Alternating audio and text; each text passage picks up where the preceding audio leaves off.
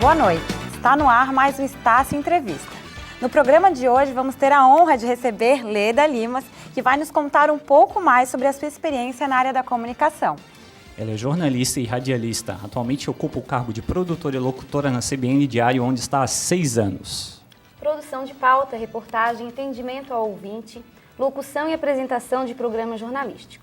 E algumas outras funções. Boa noite, Leda. Muito obrigada por ter vindo. Boa noite, eu que agradeço o convite.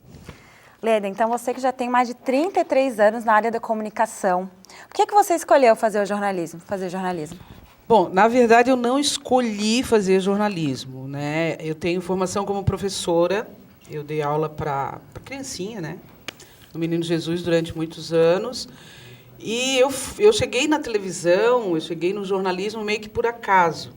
Na verdade, a responsabilidade é toda da minha mãe. A minha mãe assistia o programa do César Souza. Na época, ele tinha um programa chamado Boa Tarde, Santa Catarina. E ele anunciou num desses programas que ele precisava de alguém para trabalhar na produção do programa dele. E, na época, eu estava desempregada. Eu devia ter, uns 19 anos por aí. E a minha mãe começou... mas vai lá, quem sabe... Eu digo, mãe... Não penso em trabalhar, eu queria fazer direito, eu queria ser delegada. E aí a minha mãe, eu disse, tá, mãe, tá, se é para te deixar feliz, eu vou. Aí cheguei lá, tinha umas 30 meninas e tal. E eu disse, nunca que vão me chamar, né? Aí fiz a entrevista, tal. Na época não tinha computador, era máquina de escrever, eu tinha curso de datilografia, eu tinha uma letra bonita, e eles acabaram me escolhendo entre as 30. E eu trabalhei na produção do programa dele. O que era a produção do programa dele? Atender o povo, né, que vinha para pedir as coisas e tal, receber entrevistado. E lá, um belo dia, teve uma época que eu conhecia muita gente de carnaval, de escola de samba. O Enio Rocha, na época, era diretor de jornalismo da TVBV, da Band, né, aqui em Santa Catarina. Inclusive, ele já faleceu. E ele me convidou. Ele disse, Leda, vamos lá. Tá, mas o que eu vou fazer? Tu vai fazer produção. O que tu vai fazer? Vai ter um repórter, e tu vai ficar do lado do repórter dizendo, a dona fulaninha lá é presidente não sei do quê, a dona fulaninha é da ala de baianas, aquele lá é o diretor de bateria.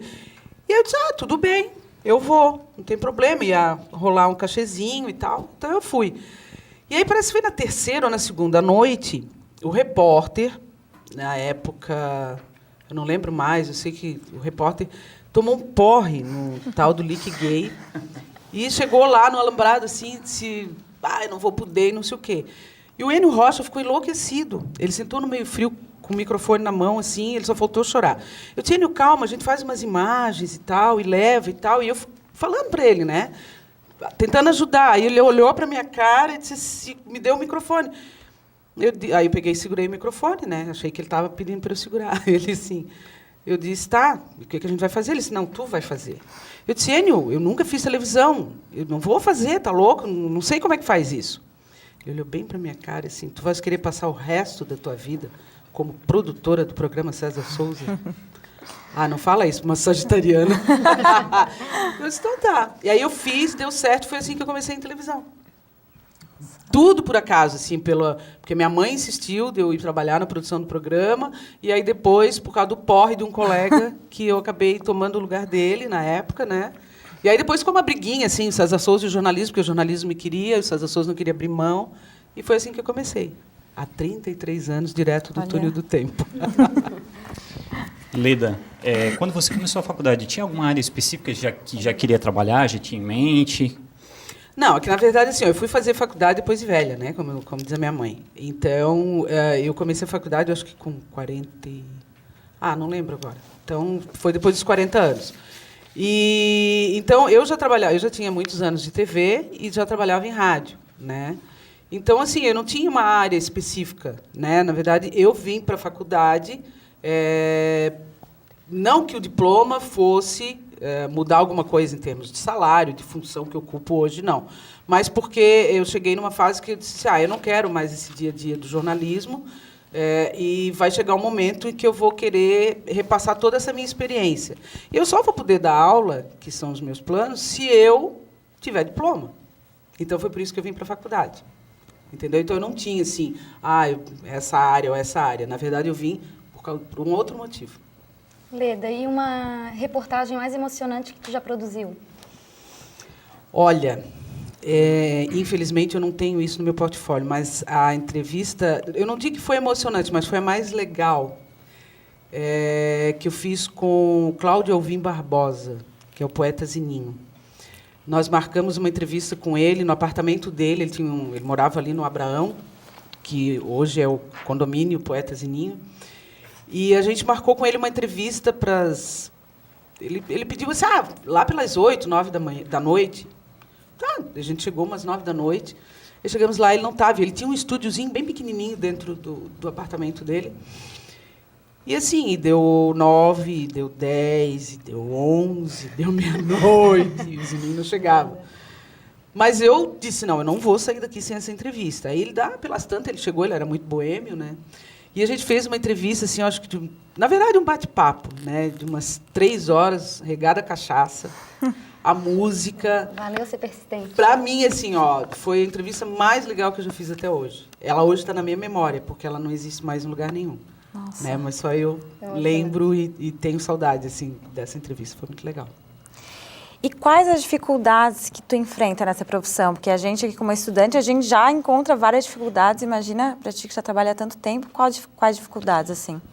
Olha, hoje em dia, eu posso dizer assim, que comparando com o jornalismo que a gente fazia há 30 anos, hoje as dificuldades são bem menores. Quais são as dificuldades? Se a internet caiu, furou o pneu do carro da reportagem, ou o colega que trabalhou de manhã não abasteceu o carro, entendeu? Ou no lugar que eu estou não tem sinal de internet. São coisas assim, porque há 30 anos era muito mais complicado, porque você não tinha rede social, você não tinha internet, você não tinha celular. Então, se você tivesse que encontrar um entrevistado, ou você marcava um encontro com ele, ou ligava num fixo. Né? Então, você recebia informação por fax, né? Nem sei se vocês sabem o que é isso, sabe, né? Então, as dificuldades lá atrás eram muito maiores. Leda, e a qualidade, assim, porque, né? Agora tem internet, mas a qualidade, né? Olha, eu posso dizer que naquela época a gente fazia um jornalismo muito mais legal. Eu acredito que lá atrás a gente ia muito mais em busca da informação. É uma coisa, aquela coisa que a gente fala assim, que é o jornalista que vai no local. Hoje, a maioria das pessoas faz por telefone, faz por videoconferência. Os desafios eram maiores. Os desafios eram muito maiores, porque você só tinha a informação se você fosse no local. Né? E televisão, hoje você faz televisão, hoje você vê televisão, usa foto, usa áudio. Antigamente, não, era imagem, tinha que ser imagem em movimento. Local ali, né? Da coisa que estava acontecendo. Então, se você pensar no jornalismo de há 30 anos, as dificuldades eram muito maiores do que hoje. Mas a qualidade era maior. Mas eu preferia há 30 anos, era muito mais gostoso. Era feito, parece, com mais coração, assim, com amor à profissão mesmo. Na verdade, eu acho que a gente suava mais a camisa. Né? Hoje é mais ar-condicionado, gabinete, essas coisas assim. Já passou alguma saia justa em uma entrevista, produção? E como contornou essa situação? Eu passei uma saia justa, na época eu era repórter da TVBV, e, bom, eu não vou nem falar a situação, porque de repente pode entregar a pessoa, mas foi um prefeito, e eu estava fazendo entrevista com ele. E naquela época a gente fazia um tal de chamado contraplano. Então, o que era o contraplano? A gente fazia de conta que estava fazendo a pergunta, e era uma imagem de corte, né? E o entrevistado, às vezes, não respondia, eu respondia uma brincadeirinha, porque a gente já tinha feito a entrevista com ele. Aquela imagem de corte era só para edição. E, nessa época, a gente fazia isso, tal, e eu fiz a pergunta, né? E o cinegrafista estava só em mim, porque eu já tinha feito a entrevista com tal prefeito. E, quando passei para ele me deu uma cantada. E ele me deu uma cantada. Ele disse que, quando eu quisesse ir à cidade dele, que ele estava à disposição, que a gente podia sair para jantar, e, inclusive, disse que, né, iria reservar um hotel e tal, para a gente ficar mais à vontade. E aí eu olhei para ele, agradeci, eu disse, olha, muito obrigado, me sinto lisonjeada, mas aí o senhor faz reserva para 2, para mim e para o meu marido que está atrás da câmera. Uau! Ele era muito branco, assim, ele ficou roxo, ele ficou verde, e dali ele se despediu e foi embora. Né? Graças a Deus, meu marido era uma pessoa muito... Meu ex-marido, no caso. hoje é meu ex-marido, mas era uma pessoa muito tranquila, né? Porque ele sabia que a gente podia, né, passar certas situações, e eu era super jovem e tal, então foi essa saia justa. Eu consegui contornar sem ser mal educada, né? Verdade. Mas que a vontade... Com certeza, a Foi dar uma vontade bronca. era falar outra coisa, mas... Enfim. Antes de uma entrevista, como é que tu se prepara? O que tu acha que precisa ter, precisa fazer? Bom, se você for fazer uma entrevista, a primeira coisa que você tem que pesquisar muito. Pesquisar muito sobre a pessoa, né? Eu fiz uma vez uma entrevista com o Bezerra da Silva. E eu tinha pesquisado muito sobre ele, né? E aí teve uma hora que ele olhou para minha cara e disse: menina, você sabe coisas que a minha mulher não sabe. Então aquilo para mim foi um elogio, né? Então você tem que estar muito preparado, né? Se é um político, saber se ele já saiu de partido, se já entrou em partido, quem são né, as pessoas com quem ele está, quem ele apoia, quem não apoia, ou que seja um escritor, ou, em qualquer situação. Você precisa ler muito sobre o assunto, né, e sobre a pessoa também. A pesquisa é imprescindível. Você tem que estar muito preparada, porque, dependendo do entrevistado, o entrevistado pode te deixar numa saia justa. Né? E se você conhecê-lo, ou pelo menos pesquisar alguma coisa, porque ele pode dizer: ah, não, mas não é assim. Eu disse: não, mas eu li no site tal, ou a informação do jornal tal, sempre de fontes idôneas, né, para o cara não dizer: ah, mas isso é fofoca. Entendeu? Então, se prepara bastante. E das mídias que tu já trabalhou, qual que tu mais gostou? Porque atualmente trabalha na rádio, né? Se já trabalhasse em alguma outra que tu gostou também? Bom, como eu falei no começo, eu comecei em televisão, né? Então, até 6 anos, mais ou menos, eu fazia só televisão. O que eu fiz em televisão? Fiz pauta, fiz reportagem, fiz produção, edição, fiz tudo um pouco. E aí, quando eu fui para a rádio, eu acabei me apaixonando por rádio, né? Então, hoje, eu não trocaria a rádio pela televisão. Só que, depois que inventaram o tal do jornalista multimídia, então você tem que fazer tudo. Verdade. Né? Então, hoje, na rádio, a gente trabalha, alimenta Twitter, alimenta Facebook, o WhatsApp e telefone. Então, como eu trabalho à tarde, então eu tenho 4 telefones, né, ali do lado. Então, o ouvinte liga, ou para reclamar, ou para elogiar, ou para interferir, ou para dar opinião. Então, a gente acaba fazendo tudo.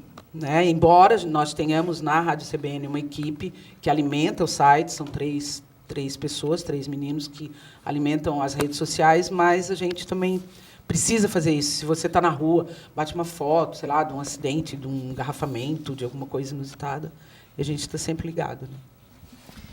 Atualmente, nós sabemos que você trabalha como produtora na CBN Diário. Pode explicar um pouco para a gente como é essa função de produtora? Como é a produção? Claro. Eu faço a produção a produção jornalística de toda a tarde, né? Então, o meu horário é da 1 da tarde às 7 da noite. Então, eu chego sempre um pouco antes, né? Então, eu dou sempre uma olhada nos jornais. Quer dizer, isso eu já faço de manhã, né? Mas eu sempre dou mais uma olhada, tal, nos sites de notícias e tal. E eu faço a produção de 2 programas. O programa Fórum CBN, que, na verdade, é um programa de entrevista, que é uma mesa de entrevista, que a gente elege, às vezes, um assunto... que pode ser um assunto do momento ou não, né? E aí a gente convida várias pessoas para a gente discutir esse assunto. E essa discussão ela pode ter pessoas pró e contra ou não, né? Ou pode ser em torno de um só assunto. Por exemplo, vamos falar sobre adoção. Então, a adoção não vai trazer alguém que seja contra e tal. Normalmente a gente não faz isso. Então, mas a gente vai trazer, de repente, uma mãe que adotou um filho, né? Alguém um juiz, um advogado, então, enfim, e faz aquela mesa. Então, esse programa ele vai das 2 da tarde até as 3 horas. Depois tem o Notícia na Tarde, que, na verdade, é um programa mais serviço, assim. Então, que tem os boletins de trânsito, aeroportos, previsão do tempo, e tem algumas matérias, e tem uma entrevista, que é a entrevista que abre o programa, que é a entrevista do factual, né? Aquilo que está acontecendo no dia, a gente coloca. Então, eu faço toda essa produção, né? A do Fórum eu sempre faço no dia anterior, e a do Notícia na Tarde é no próprio dia da edição do programa. Né? E também faço a parte da pauta, que a gente tem um repórter, que é o Cadu Reis, que é o repórter da tarde, e então eu faço as pautas com ele, né? Então, separo algumas coisas, a gente meio que escolhe juntos o que fazer, porque como ele é só ele, né? E ele também faz esporte, então aí a gente... Ou se não dá tempo dele fazer matéria na rua, ele faz na emissora mesmo. Então, é mais ou menos isso que acontece na produção da tarde. Eu tive a oportunidade de um outro encontro, eu acho que foi na semana da Estácio, você veio com as meninas da rádio, né? E eu lembro que você disse que gostaria muito de ser professora, que estaria investindo nessa... Sim. E aí, continua o sonho? Continuo. Eu me formei há um ano aqui na Estácio, né? Eu fiz um ano agora, dia 12 de agosto. E eu estou fazendo pós em comunicação e marketing e mídias digitais, também na Estácio, só que eu estou fazendo online. E justamente para me preparar, né? Assim, o meu deadline é até dezembro, eu quero ver se eu largo esse dia a dia de rádio para me dedicar à academia, né? Pretendo fazer mestrado também, mas com a pós eu já consigo fazer alguma coisa. Então, eu me aposentei, né? Agora, faz pouco tempo, no papel, porque eu não pretendo, aos 54 anos, não me vejo fazendo tricô e cuidando de neto, mas essa aposentadoria é exatamente para me garantir que eu consiga, como a minha pós vai até março, então, como eu falei, talvez eu fique na rádio até dezembro, né? Isso não é segredo, já falei isso para o meu chefe, então, se ele ouvir essa entrevista, ele não vai ser pego de surpresa. Então, a minha ideia é ficar até dezembro, máximo janeiro, para não prejudicar as férias dos colegas. E como eu vou tirar férias em março, talvez depois das férias, então, eu não volte, né? Para me dedicar exatamente ao TCC e depois pensar em dar aula e fazer outras coisas. Eu quero aprender violão, eu quero aprender teclado, eu quero fazer coisas que, como eu comecei a trabalhar muito cedo, comecei a trabalhar com 14 anos de idade, então eu não fiz, assim, sei lá, aprender a cozinhar, que eu cozinho muito mal, entendeu? Mas cozinhar para mim, assim, né? Coisas assim meio gourmet. Então, fazer coisas que eu não tive tempo de fazer, por trabalhar muito, né? Curtir mais as minhas filhas, curtir meus netos, essas coisas assim. Legal. E o que a faculdade mudou no teu modo de exercer o jornalismo? Porque tu se formou, como tu falou, há um ano atrás. Então, tu começou com aquele jornalismo do coração, porque tu amava, aí tu se formou. E o que mudou essa faculdade para ti? Na verdade, assim, não é questão de que houve uma mudança. Eu consegui aproveitar muito mais a faculdade depois dos 40 anos do que se eu tivesse feito aos 20, aos 22, aos 25 anos. E eu aprendi muito. Por quê? Porque quando eu estava sentada nessas cadeiras, o meu foco era só esse. Entendeu? Então, e quando você está mais madura, você não tem ninguém te cobrando. Porque eu estou pagando a tua faculdade. Não, eu estava pagando a minha faculdade. A responsabilidade entendeu? é tua, né? A responsabilidade é minha, então eu não estava aqui para jogar meu dinheiro no lixo, né? Então, o que mudou, assim, é claro, foi a minha visão, talvez, assim, até do próprio jornalismo, né? Porque a gente tinha muitas conversas, muitas discussões em sala de aula, muita troca de ideias, não só com os professores, mas também com os colegas, né? Porque, imagina, eu estudei com pessoas super jovens como vocês, né? Até que quando eu vim para cá, o meu receio era esse, meu Deus do céu, né? Como é que vai ser a aceitação? Mas foi bem legal. Foi mesmo. Então, assim, isso não é que houve uma mudança, mas eu aproveitei muito e eu aprendi muito. Eu tenho muito a agradecer aos professores, com certeza. Para você, qual a função do jornalismo e o que ele exerce na sociedade? Bom, hoje, como eu falei, né, como a gente tem a história do jornalista multimídia, hoje nós estamos em todos os lugares, né? Hoje você não precisa só ligar a TV ou ligar um rádio para ouvir notícia, para saber informação, mas você vê isso na palma da sua mão, né? Então, a função do jornalismo hoje, porque é uma coisa que me preocupa muito, que me preocupou muito quando essa história de que agora o diploma não vale mais nada e cada um por si, Deus por todos, todo mundo é jornalista.